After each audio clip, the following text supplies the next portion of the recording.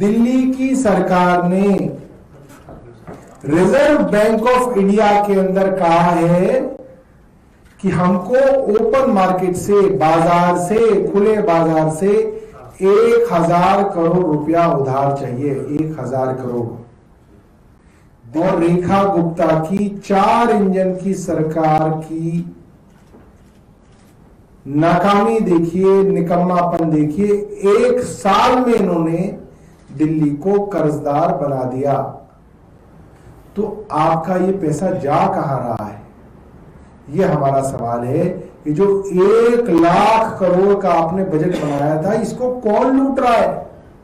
ये कहां जा रहा है ये पैसा जो आपको 1000 करोड़ रुपया अब खुले बाजार से उधार लेने की जरूरत पड़ रही है?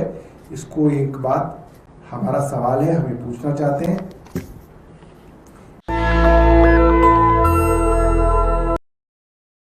साल पहले जब भारतीय जनता पार्टी की सरकार बनी तो सबसे पहली और बड़ी उपलब्धि जिसके बोर्ड पूरी दिल्ली के अंदर लगाए गए, वो लिखा रेखा गुप्ता ने 1 लाख करोड़ रुपए का बजट पेश किया। 1 लाख करोड़ रुपए का,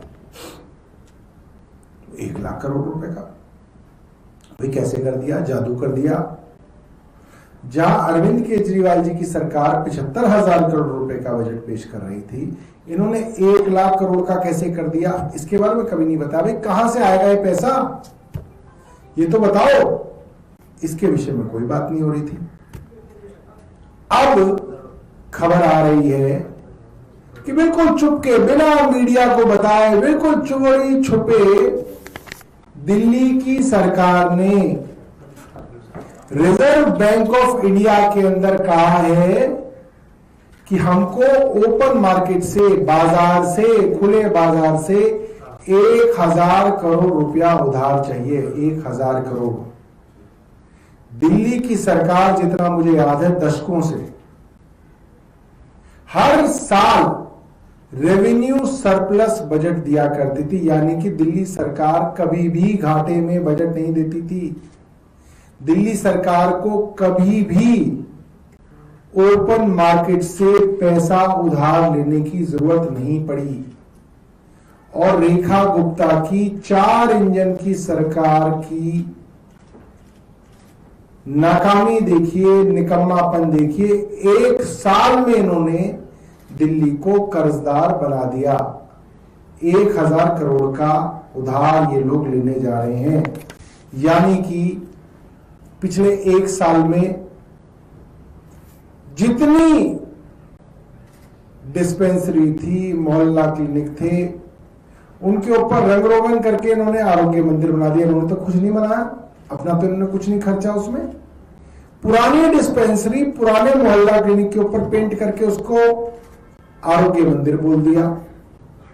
अरविंद केजरीवाल जो पुरानी बसें लाए, उसके ऊपर नया पेंट करके उसको इलेक्ट्रिक बस की देवी बस बोल दिया। जो हमारे समय के पानी के टैंकर थे, उन्हीं के ऊपर मोदी जी की फोटो लगा के बोल दिया ये हमने लेके आए। कुल मिला के कोई एक काम नहीं है जो इन्होंने खुद किया, और सारा का सारा पुराना काम हमने बाबा साहब अंबेडकर के नाम पे स्कूल ऑफ एक्सीलेंस बनाए, उसके ऊपर नया बोर्ड लगा दिया सीएम श्री स्कूल है। ये हमने 73 सीएम श्री स्कूल बनाए। तुमने कब बना दिए? ना तुमने टेंडर किया, ना तुम्हारा वर्क ऑर्डर आया, ना कभी रोडी बदरपुर आया, ना एक ईंट लगी। तुमने कब बना दिए स्कूल? ये तो बने बनाए स्कूल है, तुमने बोर्ड बदल के उनका नाम रख दिया सीएम श्री स्कूल हो गए। तो आपने कोई नया प्रोजेक्ट शुरू नहीं किया, कोई आपने नया स्कूल नहीं बनाया, कोई नया आपने जो है आरोग्य क्लिनिक, आरोग्य मंदिर नहीं बनाया, वही पुरानों को बदल दिया। बल्कि 540 मोहल्ला क्लिनिक जो थे उसमें आपने बंद करके, मुश्किल से 100 छोड़े, आपने 450 मोहल्ला क्लिनिक बंद कर दी।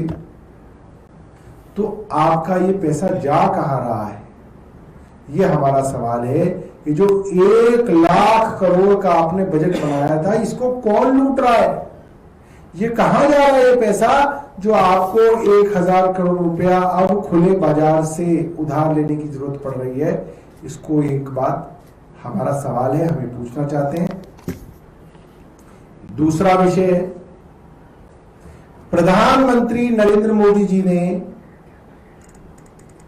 पिछले साल चुनाव से पहले कहा था ये मोदी की गारंटी है भाइयों बहनों, मोदी की गारंटी है 8 मार्च 2025 से पहले दिल्ली की हर महिला के बैंक अकाउंट में हर महीने 2500 रुपए आएंगे।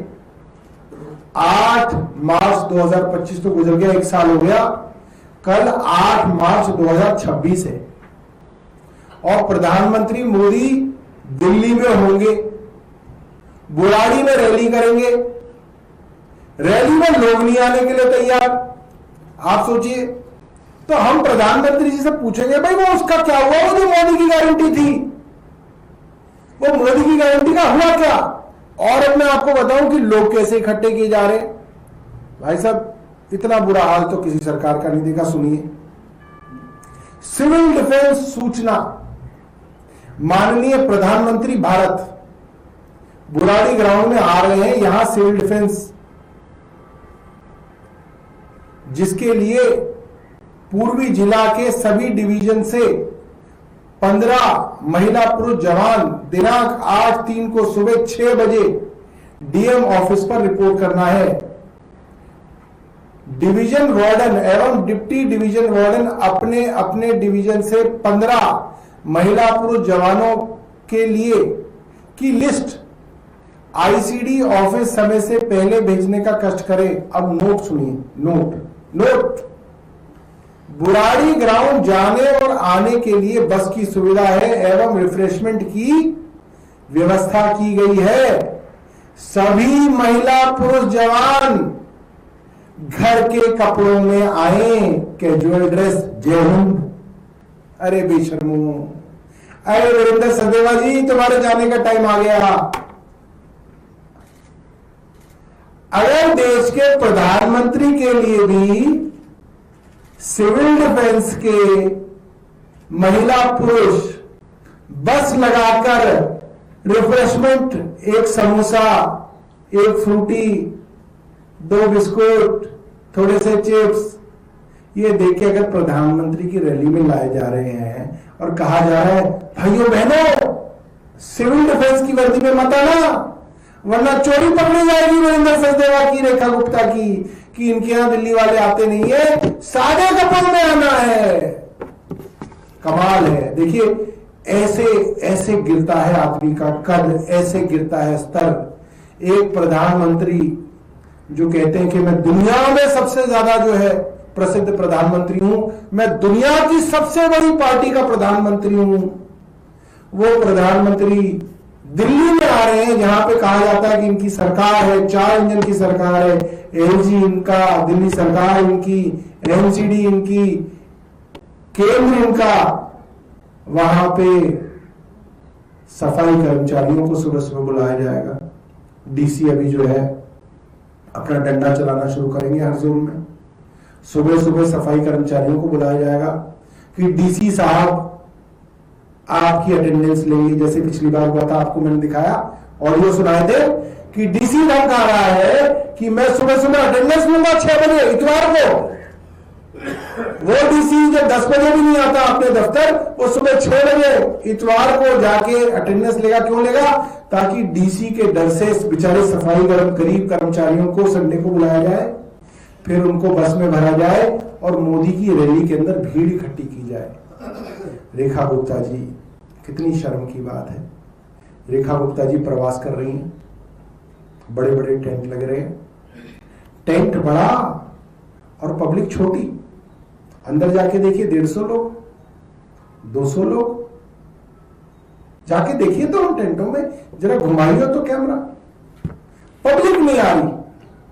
भारतीय जनता पार्टी की सबसे बड़ी समस्या है, भारतीय जनता पार्टी के नेताओं को सुनने पब्लिक ने आना बंद कर दिया। इसलिए अब हिंदू विराट सम्मेलन के नाम पे भीड़ इकट्ठी की जा रही है। पूरी दिल्ली में ही हिंदू विराट सम्मेलन कराए गए, मगर विराट सिर्फ नाम के थे, वहां विराट भीड़ इकट्ठी नहीं हुई। लोगों के घर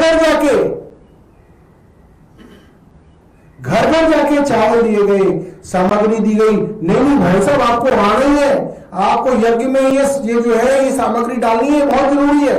क्यों? ताकि विचारों की गिनती तो पूरी हो जाए। भारतीय जनता पार्टी के नेताओं की फोटो नहीं लगाई जा रही विराट सम्मेलन पे, इनके नेताओं की, इनके एमएलए की, इनके पार्षदों के नाम नहीं लिखे जा रहे विराट सम्मेलन पे। क्यों? क्योंकि इनकी फोटो दिख जाएगी तो पब्लिक नहीं आती इनके यहाँ, इनके नाम से लोग इकट्ठे नहीं होते। इसलिए कभी हिंदू के नाम पे, कभी सिविल डिफेंस के नाम पे, कभी बेचारे सफाई कर्मचारियों, गरीब कर्मचारियों को इकट्ठा करके, सिविल डिफेंस वॉलंटियर्स को इकट्ठा करके मोदी जी की रैली कराई जा रही है। अगर मोदी जी 2,500 रुपए दे देते, अगर अपनी गारंटी पूरी कर देते, तो मोदी जी को ऐसे छुप छुप के रैली करने की जरूरत नहीं थी। फिर भारत की, दिल्ली की महिलाएं खुद आती उस रैली के अंदर कि प्रधानमंत्री ने अपनी जो है गारंटी पूरी की। मगर क्योंकि ये झूठे प्रधानमंत्री हैं, झूठ बोलना इनकी फितरत में है, झूठे प्रधानमंत्री को सुनने दिल्ली की महिलाएं नहीं जाएंगी। इसलिए झूठे प्रधानमंत्री को सुनने के लिए सिविल डिफेंस वॉलंटियर सादी वर्दी के अंदर इकट्ठे किए जाएंगे। बहुत बहुत धन्यवाद। सर, एलपीजी सिलेंडर के दाम आज से बढ़ा दिए गए, 60 रुपए बढ़ाए गए परसों। 2 दिन पहले भारतीय जनता पार्टी के तमाम नेता, इनके मंत्री हरदीप पुरी के विभाग के नाम से खबर छापी गई कि भारत के अंदर 25 दिनों का जो ईंधन है, एनर्जी है, वो अवेलेबल है और दामों के लिए कोई दिक्कत नहीं है, दाम ऐसे ही रहेंगे। और अब दाम बढ़ाए जा रहे हैं। अब कह रहे हैं कि नहीं, वो खबर गलत थी, कोई ईंधन नहीं मौजूद। और मुझे याद आता है स्मृति ईरानी जी और कई टीवी के, फिल्मों के एक्टर एक्ट्रेसेस बहुत ट्वीट किया करते थे आज से 12 साल पहले कि जी पेट्रोल बढ़ गया, डीजल बढ़ गया, रुपया गिर गया। अब कोई ट्वीट भी नहीं करता, कोई सोशल मीडिया पे लिखता है नहीं, इतना डरते हैं सब लोग ईडी से, सीबीआई से। आप लिख लो थोड़ा बहुत, ज्यादा बड़ा लिखोगे तो आपके पीछे भी आ जाएंगे। बताओ जी और कोई? Thank you. आप सब भी जाइएगा मोदी जी की रैली में, कैमरा बैग में रख के ले जाइएगा ताकि लोग समझे कि आप सुनने आए हैं। फिर फोटो खींच लीजिएगा, फिर कैमरा बैग में रख लीजिएगा। सौरभ जी, उत्तम नगर में होली के दिन एक वारदात हुई, उसे लेकर इलाके में तनाव। बहुत शर्म की बात है, अगर दिल्ली के अंदर लोग होली नहीं खेल सकते, दिल्ली के अंदर लोग क्रिसमस नहीं मना सकते, दिल्ली के अंदर आप कर क्या सकते हैं? दिल्ली के अंदर सिर्फ आप इस धुएं के अंदर खांस सकते हैं, सिर्फ ये करने की आजादी है। दिल्ली के अंदर कोई आजादी नहीं है। भारतीय जनता पार्टी के समर्थित लोग, भारतीय जनता पार्टी के समर्थित लोग हमारे साथ घूम घूम के कह रहे हैं कि जी गाय कूड़ा खा रही है, भारतीय जनता पार्टी की एमसीडी कोई कुछ क्यों नहीं करती, कुछ नहीं करना चाहते, क्योंकि इन्हीं के लोगों की जो है वो गाय है, इन्हीं के लोग जो है व्यापार कर रहे हैं। बीफ का व्यापार भी यही कर रहे हैं, गाय का व्यापार भी यही कर रहे हैं, और उसके नाम पर वोट भी यही लोग मांग रहे हैं। तो आज दिल्ली के अंदर कोई सेफ नहीं बचा। रेखा गुप्ता जी ने कहा था ना अपने रिस्क पर आना दिल्ली में, तो उन्होंने वैसी दिल्ली बना दी है जहां हर आदमी जो है रिस्क पे है। कहीं आप गड्ढे में गिर सकते हैं, कहीं आप त्योहार क्रिसमस मनाने पर आपके साथ मारपीट हो सकती है, होली मनाने पर आपकी हत्या हो सकती है। ये तो बड़ी शर्म की बात है भारतीय जनता पार्टी की सरकार के लिए कि आज कोई सुरक्षित नहीं है यहाँ, ना यहाँ ईसाई सुरक्षित है, ना यहाँ पे जो है हिंदू सुरक्षित है, ना यहाँ पे गाय सुरक्षित है, या कोई भी सुरक्षित नहीं है।